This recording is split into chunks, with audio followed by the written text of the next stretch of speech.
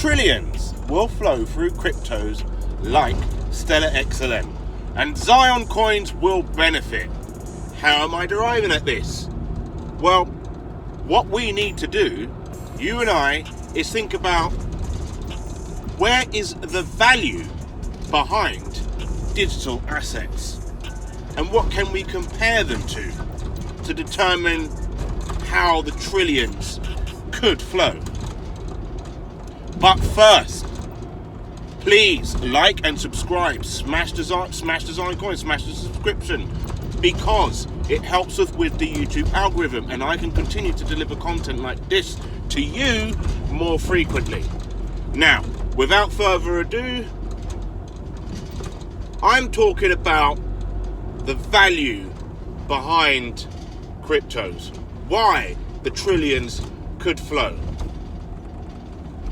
When we compare cryptocurrencies, let's just say it as it is, when we compare cryptocurrencies to fiat currencies, we often hear the term that cryptocurrencies are just speculative units.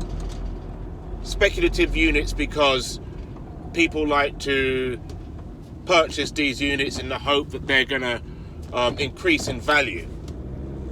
Now, what we have to think about is why people are speculating on these units and compare actually cryptocurrencies to fiat currencies and to see how well they both fare together and make some other comparisons to some other commodities like gold, like oil. When we think about this, how cryptos derive their value, why have they come about, why is Bitcoin still worth, thousands of dollars and actually was able to fetch a price of up to almost $70,000. Why? How is that? How can this digital code in the air be worth so much money? What is the value behind it? And what about other digital assets? What about other cryptos like Stellar XLM? How can they fare? Well, really, when we compare, firstly, cryptocurrency to fiat currencies, we're really talking about the new form of payment. And we're really talking about, or we have to define actually what fiat currency is. At present, fiat currency is just a unit of debt. And let's think about that. So, if you've been following the climate geopolitically and financially, so you understand that we have a great load of inflation. We have governments around the world trying to curb inflation, as they would call it, with increasing interest rates, the Fed more specifically. Let's think about fiat currency and what it is, being a unit of debt. Fiat currency is a unit of debt. It's a promise to pay you the value of something. Okay, so when someone pays me money into my bank account, they're promising to pay me the value of something. Say I need to eat, it's going to be, I'll pay you X amount and you'll be able to purchase this food with this unit of debt. And we accept that across the world, that this token will allow us to purchase something, whatever it may be, whether it's food, a house, energy, diesel, petrol, electricity, whatever it may be. It will allow us to make these purchases. And so, if you hold this asset, because we have governments around the world and governments need to pay for things, and sometimes they're not able to collect enough taxes to be able to pay for things, because actually everything is out of kill. Inflation gets out of kill. Everything gets out of kill. And because of this, the value of the fiat currency is devalued, because they then have to print more and more and more and more, and throughout time you can see this. All you've got to do is look at the money velocity chart, how much printing is going on, and then compare it to CPI data and see how much more everything costs at the same rate as the money is being printed. Both charts just go up into the stratosphere, right? So with knowing that, when you compare fiat currencies with good digital assets like Bitcoin, like Stellar XLM, then you could see why digital assets have a value. And if you don't, then understand that there is only so much Bitcoin. 21 million Bitcoin. Yeah? It's only 21 million Bitcoin. There's only 50 billion Stellar XLM. You can't print anymore. You can't create anymore.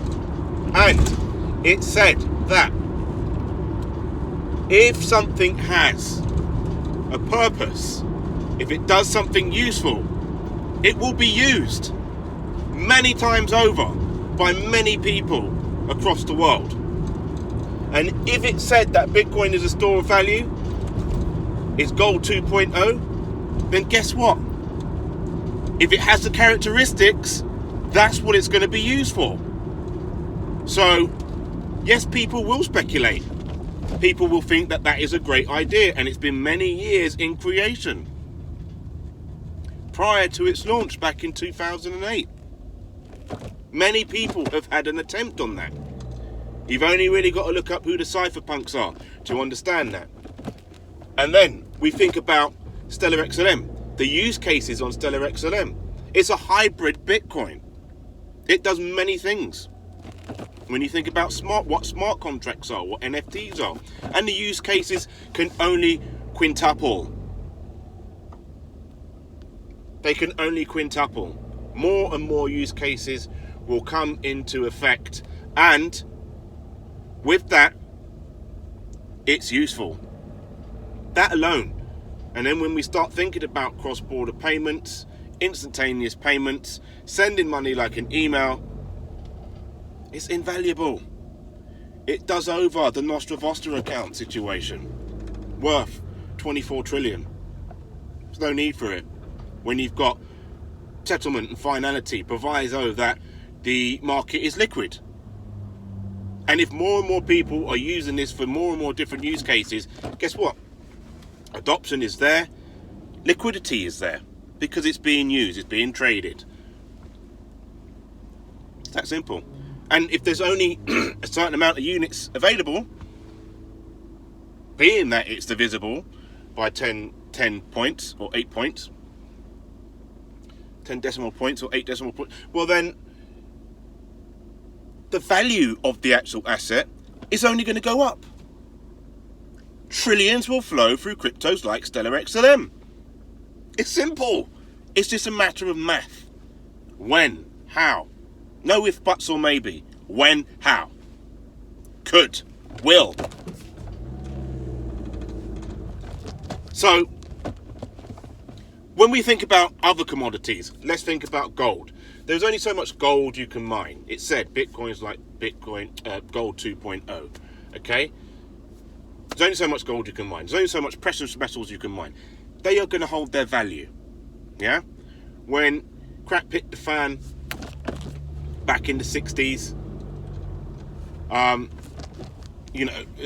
America had to switch to a gold standard to bring back trust in the currency. Then after that period, it was the petroleum dollar, petrol dollar. And, it is still to this day. But we have things like the BRICS nations coming forward now. And I believe they are stacking gold at the fastest rate ever. And they are forming their own digital currency over there in the East. The BRICS nations, right? So, let's think about oil then in that situation. You know, oil, you can mine oil, but it's very difficult to mine oil, okay? And it's very difficult to produce. But oil has thousands of products. It's not just what we put in our vehicles. You know, what's made from oil? Plastics are made from oil. Think about how many products you can make with plastic. You know, there's so many products out there that are made with oil, and that there is a use case. Gold has many different use cases. Jewelry. It helps to make our helps us make our microchips in our computers. Technology. Gold is still used for technology, and so there in itself is why we could see the value in cryptocurrencies. That is how value is derived in cryptocurrencies.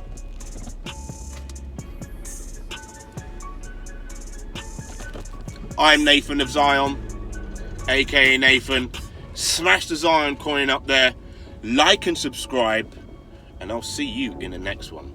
It's gonna be on stellar cryptocurrencies, and you're gonna need to watch it. Take care now. Have a great day.